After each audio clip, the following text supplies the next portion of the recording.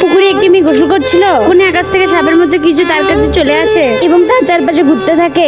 মেয়েটি কোনো কিছু বুঝে ওঠার আগেই সাপটি একটি পুরুষে পরিণত হয়ে যায় এবং অত্যন্ত সুন্দর একজন পুরুষ, এবং সে জবরদস্তি তার সাথে সম্পর্ক করে ফেলে। প্রচন্ড ভাবে শখ পেয়ে সেখান থেকে কাপড় চেঞ্জ করে বাড়ির উদ্দেশ্যে যেতে রওনা হয়। ছিল এক দাসী। যখনই সে রাজ দরবারে প্রবেশ করতে থাকে, যখনই সে তার রুমের দিকে যেতে ধরছিল, তখনই সেখানে জমিদার চলে আসে। অনেকদিন ধরে তার পিছনে পড়েছিল। সে বলে, দাঁড়া, রাতে কোথায় ছিলিস? তোর কাজ কাম নাই? সে বলে যে আমি আসলে পিছনে কাপড় ধুতে গেছিলাম, চারপাশে কেউ ছিল না, তাই সে সেই সুযোগে জমিদার তাকে ডিস্টার্ব করতে শুরু করে। তার এ ধরনের ব্যবহারে খারাপ লাগা সে ওখান থেকে চলে যেতে চাচ্ছিল, কিন্তু তার হাত জোর জবরদস্তি ধরে ফেলে। তখনই মেয়েটি চিল্লে ওঠে এবং বাড়ির সবাই জেগে যায় এবং আস্তে আস্তে সবাই সেখানে চলে আসতে থাকে, কিন্তু কেউ তার কথা বিশ্বাস করে না, উল্টে তাকেই দোষ দিয়ে। সেখানে এক রানী চলে আসে এবং রানী মেয়েটিও তার সঙ্গে থাকে। এসে কোনো কিছু না বলে মেয়েটিকে থাপ্পড় মেরে দেয়, আর সে বলে ওঠে, তোর সাহস কি হলো? তোর মতো নিচ একজন লোক আমাদের মালিককে ফাঁসানোর জন্য? এই অপমানে তার চোখে জল চলে আসে, কিন্তু তার বলার মতো সেখানে কিছুই থাকে না। তখনই তার মা দৌড়তে দৌড়তে তার কাছে চলে আসে এবং তার মেয়েকে জড়িয়ে ধরে বলে, রানী সাহেবা, আমার মেয়ে এরকম নয়, হয়তো কোনো জায়গায় ভুল হয়েছে।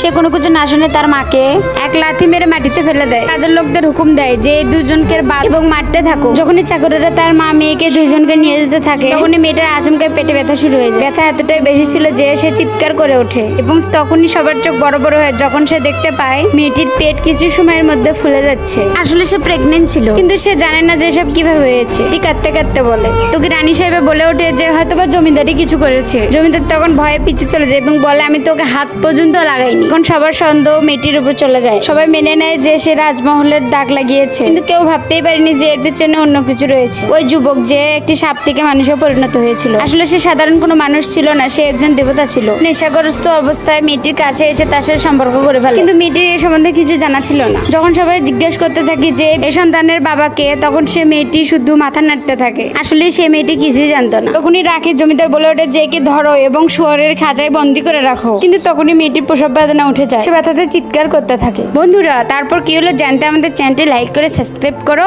এবং কমেন্ট বক্সে পার্ট 2 লিখে যাও।